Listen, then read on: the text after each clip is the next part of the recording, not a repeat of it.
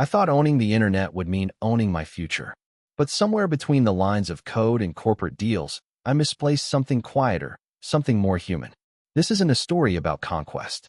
It's a story about what I almost forgot and what I chose to remember. The browser. The gatekeeper. Chrome. If I could bring it under my roof, I wouldn't just be a CEO anymore. I'd be something closer to a god of information. And yet, on the night when everything was supposed to fall into place, I found myself holding something much smaller in my hands. Something lighter than all my ambitions combined. An old USB drive. Scratched, nearly forgotten. Still carrying the first line of code I ever wrote when I was young, hungry, and free. It was strange how a tiny, outdated piece of plastic could weigh heavier on my soul than the entire internet. That night, everything changed. Not because I won, but because I finally understood what it meant to let go. I sat alone in the dim hum of my office, long after the city outside had gone to sleep. The walls around me were glass and chrome, sleek reflections of a future I had once dreamed of building. On my desk, between contracts and confidential memos, sat the thing I hadn't been able to throw away. A battered, old USB drive. No label, no polish, just a faded piece of plastic barely clinging to its own casing. I turned it over in my hand, feeling the worn grooves with my thumb, as if the years might somehow rub off onto my skin. Inside that tiny device was the first project I had ever built. Back when coding felt like magic. Back when the idea of owning anything more than a secondhand laptop seemed laughable. I plugged it into my terminal. The screen flickered to life, showing lines of crude but earnest code. My first browser prototype, a clumsy attempt at making the internet feel smaller, friendlier, like a place where anyone could find their way. I smiled despite myself. So much had changed. Or maybe it was me who had changed. I leaned back in my chair, feeling the USB warm slightly under the terminal's soft glow. Somewhere outside, a siren wailed and faded into the cold San Francisco night. All I had to do now was press forward, finalize the acquisition, claim the prize, own the doorway to the digital world. I was on the edge of owning the gateway to the world. But that night, all I could think about was a dusty USB and the boy who first believed code could bring people together. That boy didn't want control. He wanted connection. And maybe that mattered more. The USB sat there, humming faintly against the terminal. An artifact of a younger me. A boy who would have laughed at the man I had become. And maybe he wouldn't have laughed kindly. The chime of a new email broke the stillness. For a moment, I didn't move. It was late. Too late for anything good to come through. But old habits die hard. I leaned forward, rubbing the stiffness out of my neck, and opened the inbox. At the top, bolded and waiting, was a name I hadn't seen in years. Miles Park, a friend from the early days, back when a tech conference meant 20 kids with bad coffee and big dreams stuffed into a rented classroom. Miles had gone a different path. Security. Ethics. He was the one who warned us, even back then, about the slippery slope, how easy it was to start with ideals and end up building the very walls we once tried to tear down. I clicked the message. It wasn't long. No greetings. No small talk. Just a single line. You're about to control everything, Danny. But tell me, can you even control yourself? I stared at the screen, heart thudding louder than the city noise outside. The cursor blinked underneath his words, waiting, as if asking me whether I had an answer. I didn't. Not a good one. I sat there, hands hovering uselessly above the keyboard, feeling the vastness of the moment. Not the kind of vastness that makes you feel powerful. The kind that makes you realize how terribly small you are inside the things you build. The email sat open, glowing faintly in the dark. A mirror more than a message. I reached instinctively for the USB again, cradling it like a talisman against a storm I had been pretending not to see coming. Miles had been right about so many things. Maybe he was right about this, too. I sat there for a long time, the cursor blinking, the silence thick enough to drown in. Somewhere in the building, the cleaning crew rattled their carts down the hallway. Beyond the glass walls, San Francisco's lights pulsed like distant stars, indifferent and unreachable. I thought about what it meant to own the internet. To own every portal, every path, every whisper carried across the digital wind. And for the first time, it didn't feel like freedom. It felt like a cage. A beautiful, gleaming cage, one I had built with my own two hands, mistaking its shine for sunlight. Was that who I had become? A man trying to chain the very thing he once loved for its wildness? I looked at the USB in my hand, small and scuffed, carrying lines of code written by a version of myself who had believed, really believed, that connection was more important than control, that people weren't just users. They were stories, hopes, fragile, stubborn dreams stitched together across the empty spaces. I had forgotten that somewhere along the way, forgotten that real power wasn't about owning everything. It was about being willing to own nothing and still love it fiercely. I set the USB down gently on the desk, almost as if it could feel the apology in my hands. Miles' words lingered in my mind, a quiet echo. Can you even control yourself? Maybe the real victory wasn't seizing the world. Maybe it was choosing, in the quietest moment, to put it down. And maybe, just maybe, it wasn't too late. I stood up slowly, feeling the stiffness in my joints. Or maybe it was just the weight of the decision settling into my bones. The city pulsed beneath me, alive with ambitions that once felt like mine. I walked to the window and pressed my palm against the cool glass. For a moment, I imagined the whole city breathing under my hand, all its chaos, its hunger, its impossible noise. And then, I let it go. I returned to my desk and pulled up the old code on the screen, the first project, the pure one. The version of me who hadn't yet learned how easy it was to trade ideals for influence. The lines of code stared back at me, simple, imperfect, achingly honest. I highlighted them all, line by line, memory by memory, and with one quiet keystroke, delete. The screen flickered, then fell empty, as if a candle had been blown out. I unplugged the USB. The plastic felt lighter now, as if it, too, had been carrying a burden it no longer needed to bear. At my desk, I drafted a simple email. No fanfare, no grand speeches, just a single sentence. I am withdrawing Nexus Corp's acquisition offer. The internet belongs to everyone. I hesitated only once, my finger hovering over the send button. The part of me that still clung to titles, to power, to the idea that I could shape the world if I just held on tighter.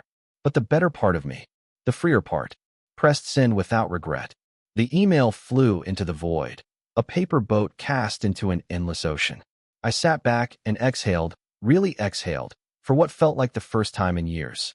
On my desk, the USB rested quietly. Empty now, but somehow not hollow. It had done its job. And so had I. In the days that followed, the world barely noticed. There were headlines, of course. Speculations. Analysts weighing in. A few congratulated my strategic retreat. Others speculated about secret deals or hidden motives. But none of them knew the truth. There had been no grand chess move. No masterstroke. Just a man who had decided, quietly, stubbornly, to step away, to live lighter. I moved offices. Gave up the corner suite with its commanding view. Took a small room near the courtyard, where the sunlight came in through old glass, fractured and imperfect. It was enough. Some nights, I still reached for the USB out of habit, half expecting to find it buzzing with old code, old dreams. But it was empty now, clean. A reminder that sometimes the bravest thing you can do is erase your own footprints and start again. Not to conquer more, but to need less. I started walking home instead of taking the car. Started reading paper books again, their worn pages soft between my fingers. Started meeting with engineers over coffee, not boardrooms. Real conversations, not pitches. The world spun on, untouched by anything I had once tried to seize. And for the first time in a long, long while, I wasn't afraid to be small. Because small wasn't weak. Small was free. Small was real. And freedom, I realized, had never been about having everything. It had always been about needing nothing to feel complete. Some mornings, I still woke with the old urgency burning in my chest. The reflex to conquer, to climb, to win. But it faded faster now. I learned to meet it with stillness. To sit quietly at the kitchen table with a chipped mug of coffee, watching the sunlight inch across the floorboards. Nexus kept moving without me at the helm. The young leaders, the ones who had once argued fiercely for privacy, for dignity, stepped up. And the company, surprisingly, didn't collapse. It evolved. Maybe better without the heavy hand I hadn't realized I'd become. I started working again, but in a different way. Small projects, community platforms, tools that didn't track or sell or harvest, but simply served. No press releases. No Daniel Tran, visionary CEO headlines. Just quiet lines of code, written in a co-working space tucked between a bookstore and a noodle shop. Some days, I didn't write at all. Some days, I just listened. To people. Real people. Their hopes, their mistakes, their stubborn little dreams.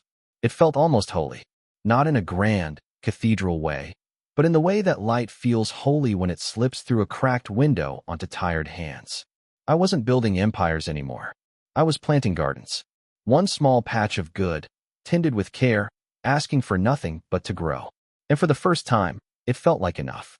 One evening, as the fog crept low over the city, I found the USB again. It had been sitting quietly at the bottom of a drawer, tucked between old notebooks and frayed charging cables, forgotten in the rush of my new, slower life. I turned it over in my hands, feeling the familiar ridges beneath my fingers. It no longer felt heavy, no longer thrummed with the old ache of ambition. It just was. Simple. Quiet. I plugged it into my laptop, half out of habit, half out of something I couldn't quite name. The screen blinked once. Nothing. Empty, just as I had left it. But I didn't feel loss. I felt space. Room enough for something else to live. I smiled, not at the emptiness, but at the fullness it made possible.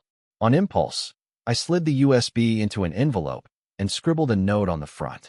For when you need to remember that building something beautiful matters more than owning it. The next day, I left it quietly on the desk of a young engineer at Nexus.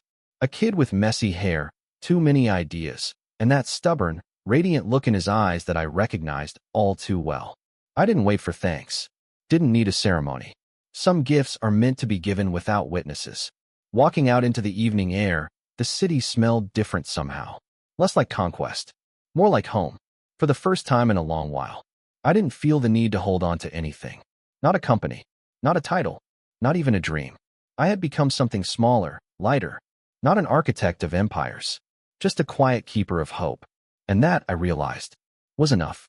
A few weeks later, I found myself sitting at a small park tucked between two crooked streets. A place most people hurried past without noticing. It wasn't the kind of park you photographed. The benches were worn smooth by years of forgotten conversations. The trees leaned tiredly against the wind. There was no perfect symmetry, no curated beauty, just patches of stubborn grass fighting through cracked concrete. I loved it immediately. I sat on a bench with a paper cup of coffee, its warmth seeping into my palms. In the distance, a paper plane danced through the air, crooked, imperfect, but still flying. No one cheered. No one filmed. Just quiet laughter carried on the wind. It reminded me, joy doesn't have to endure to be real. I thought about the USB, now in someone else's pocket. About the company I had once tried to mold in my own image. About the world that would spin on, with or without my hands steering it. And I realized, maybe legacy wasn't something you built. Maybe it was something you left behind, quietly, like seeds scattered on the wind, never knowing which ones would take root, never needing to. I took a deep breath, letting the cool air fill my lungs. There was no urgency now, no race, only the small, stubborn beauty of trying and letting go. And for once, that was more than enough. As the sun dipped behind the crooked rooftops, I crumpled my empty coffee cup and stood. No grand speech, no farewell ceremony, just a quiet decision to move forward. At the corner of the park, a faded cork board clung to the wall, yellowed flyers for lost cats and forgotten lessons fluttering in the breeze. On impulse, I scribbled a single line on the back of an old receipt. You don't have to own the sky to love the way it feels against your face. No name, no explanation. I pinned it between a missing parrot and a free piano notice. Then I stepped back, smiled at the simplicity of it, and kept walking, lighter than I had been in years, carrying nothing but the quiet certainty that sometimes the smallest goodbyes are the ones that stay. Looking back, I can't point to the exact moment when everything changed. It wasn't a revelation. It was quieter than that, a slow loosening of all the things I thought I had to hold. Little by little, I stopped measuring life by what I could own, control, or build. Freedom was never a prize to be won, only a way to walk lighter. It was how you moved through the world. Lighter, smaller, but more whole. The old ambitions didn't disappear. They softened, fading like rivers into dust, like stars into morning. And somewhere along the way, I stopped trying to own the internet. I stopped trying to own anything at all. Instead, I learned to stand still inside my own skin. Empty-handed, but complete. Some nights, the old hunger still flickered at the edges. But I met it with stillness now, not striving. I watched the city breathe around me. Its neon heartbeat alive, indifferent, eternal. None of it belonged to me. And that, finally, felt right. Maybe you've been there too. Maybe you've built something only to find it heavier than you ever meant it to be. If so, I won't ask how hard you fought to hold on. I'll only ask this. What would it feel like to open your hand and realize you were never empty after all? As I write these final lines, a quiet truth stirs within me. Even now, after all the letting go, I notice the smallest flicker of wanting. The wish that these words might stay with you. That something here might gently light your way. I smile at that. The path to peace isn't a finish line, it's a rhythm, a soft unfolding. Every time I think I've released it all, something new reveals itself, tender as breath. But that's the beauty of it, isn't it? To notice, to soften, to begin again. I left the USB behind, not as a symbol of absence, but as an invitation. An open hand, an open life. My heart is no longer full of striving, but it's not empty either. It's spacious now, wide enough for uncertainty, for quiet mornings, for light that finds you when you're not looking. So if you've ever clutched something tightly, a dream, a title, a story you told yourself, know this. Letting go isn't giving up. It's just listening, making room. It's the start of seeing clearly. And maybe, just maybe, you'll find that the journey itself is enough. Somewhere, unnoticed, a seed falls. No one sees it land. But that doesn't make it any less sacred. You don't have to own the sky to love how it feels against your face. And sometimes, the smallest goodbyes are the ones that stay.